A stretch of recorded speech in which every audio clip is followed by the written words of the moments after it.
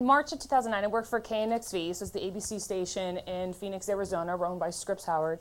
And in March of 2009, we transitioned from reporters, which we no longer use, we're no longer reporters, to multimedia journalists, or MMJs. So we shoot our own video, we edit our own video, we also produce our own graphics using the editing software. What I think a lot of people fail to realize is I think they think MMJ is just kind of a diplomatic term for a one-man band. What they don't understand is that what we tried to do with the multimedia, and why that word is specifically in there, is to capture what we're seeing, the changes in our industry. So the multimedia is also a recognition of the various platforms that are so important now. So expanding our coverage to smartphones, to iPads, to the web, and also involving social networking, so Facebook and Twitter.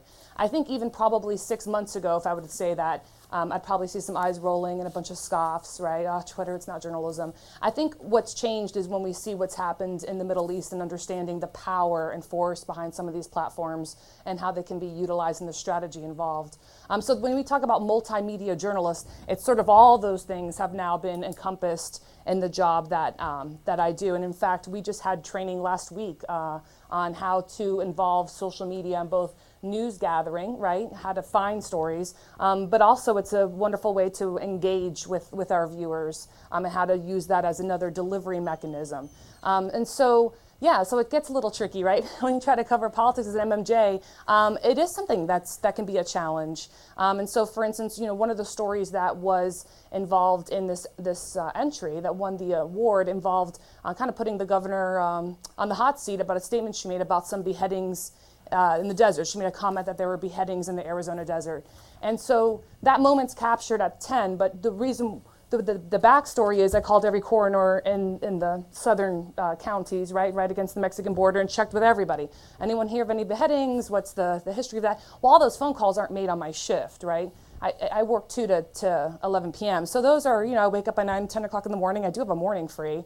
Those are phone calls I make on my own time. So there is the juggling of, you do stuff that's, quite frankly, isn't on your shift, but I haven't really known any other way of life in the whole time I've been in the television business. So I'm sort of, everyone here I know makes calls on their own time. So there is a mix of that. But one thing that Scripps really looked at is, you have to keep in mind, we went full MMJ. So even our anchors, pick up a camera and they shoot their own stories, the whole newsroom. And so in a way, when you are the pioneer in something, you're also the first one to notice when there's maybe some things you could improve upon, right? You're the first ones doing it. And so one thing that they recognized is that we did need a little bit more time to sort of put our reporter hat a little longer. Because a lot of times you have to take off that reporter hat in order to shoot the actual video or edit the actual story. So one thing that Scripps Howard did with all the television stations is they involved work days, which means that we have at least one day a week where I don't have to be on TV. And it's literally just a day where I can research, meet with my sources, do your homework, basically, which I have to tell you is quite a blessing, because even take the MMJ model out of it altogether and you just have the old-fashioned two-person team, and no one has work days. Who the heck has a day to just be like, think and be creative and, do some, we're going to pay you to do homework. And commercial television that doesn't happen.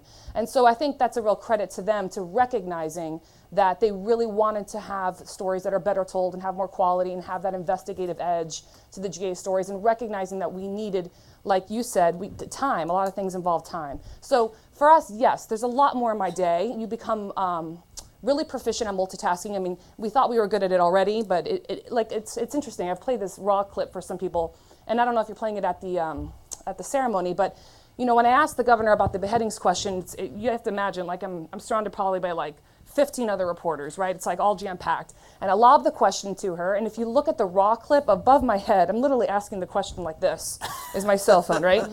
So I lob the question, and then she doesn't really answer it. And while she's not answering it, and I'm recognizing she's not, I pick up my phone, you see me in the raw video, snap a picture, send it to Twitter, and then ask the question again. Now on TV, you hear question, doesn't answer it, I come back with the question, she turns around and walks away. But in that time, I also tweeted. So it is multitasking. You're doing everything at the same time. But I think, once again, there was a recognition by our managers and by the company that owns us that we still need time in those days. And so, that's how we've been able to. And it's something that's really evolving. Is it going to stay like that forever? Will they give us more work days? Maybe. I think the work days are probably going to stay, because we've had some excellent stories coming out of ABC 15 that are literally all a credit to work days. Some just explosive, wonderful journalism that's being done just by giving us one day a week to breathe. So, but yeah, it's an evolving process and we're learning. So